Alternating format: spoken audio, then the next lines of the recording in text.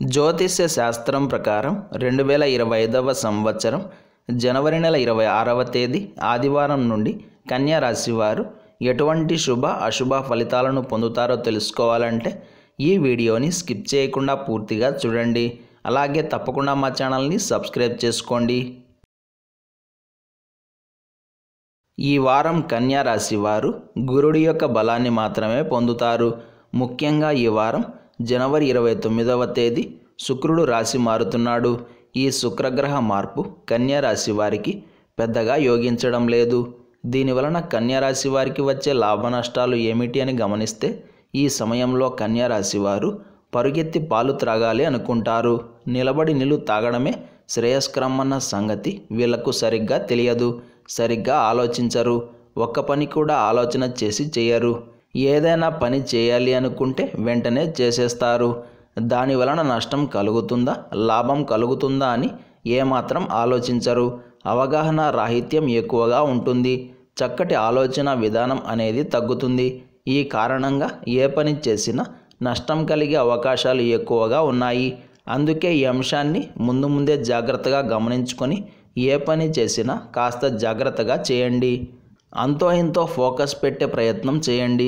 లేకుంటే ఎదురు దెబ్బలు తగిలే అవకాశం ఉంటుంది. మనసు ఎప్పుడూ ఆందోళనగా ఉంటుంది. ఏదో కీడు శంకిస్తోంది అన్నట్లుగా ఆలోచన చేస్తారు. నెగిటివ్ థాట్స్ ఎక్కువగా ఉంటాయి. మీరు చేసే ప్రయత్నాలు కూడా వృధా అవుతాయి. అందులోనూ అనవసర ప్రయత్నాలే ఎక్కువగా ఉంటాయి. అందుకే పరుగెత్తి పాలు త్రాగడం కన్నా నిలబడి నీళ్లు త్రాగడం మంచిది అన్న సామెతను చక్కగా గుర్తుపెట్టుకునే ప్రయత్నం చేయండి. రకరకాల ప్రయత్నాలు చేసి నిరుత్సాహపడే కన్నా ఏదో ఒక దానిపై మాత్రమే ఫోకస్ చేసి విజయాన్ని పొందే ప్రయత్నం చేయండి. ఈ వారం కూడా కన్యా రాశి వారికి నిందలు ఎక్కువగా ఉంటాయి. అపార్థాలు చోటు చేసుకుంటాయి. ఆర్థిక స్థితిగతులు దెబ్బతినే అవకాశం ఉంది. ఇతరుల యొక్క సహాయ సహకారాలను పొందలేకపోతారు. ఆరోగ్యం కాస్త నలతగా ఉంటుంది. అయితే వారం చివరిలో మాత్రం అనుకూలంగా ఉంది. మొత్తం మీద చెప్పాలంటే ఈ వారమంతా కన్యా రాశి వారు కీలకమైన వ్యవహారాల జోలికి పోకుండా సాధారణ కార్యక్రమాలకు మాత్రమే పరిమితం కావడం మంచిది.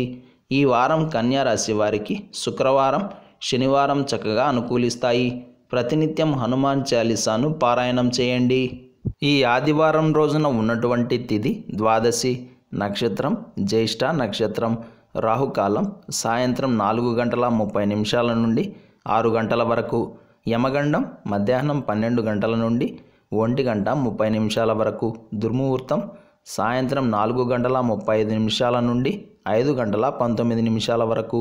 అలాగే ఈరోజు యొక్క శుభ సమయాలు ఉదయం 9 గంటల నుండి 9:53 వరకు.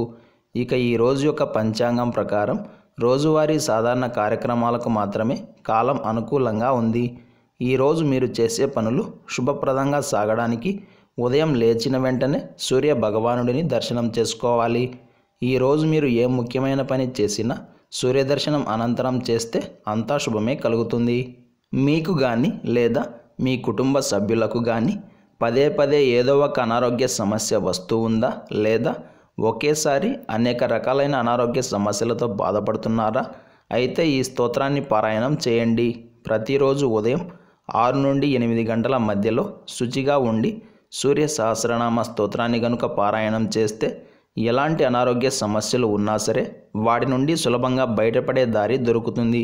బీపీ, షుగర్, థైరాయిడ్, కాళ్ళ నొప్పులు, ఒళ్ళు నొప్పులు ఇలా రకరకాల అనారోగ్య సమస్యల నుండి కూడా చక్కగా బయటపడతారు. అయితే సూర్య సంబంధమైన స్తోత్రాలను పారాయణం చేసేవారు ఖచ్చితంగా ఆదివారం రోజు మాంసం ముట్టరాదు.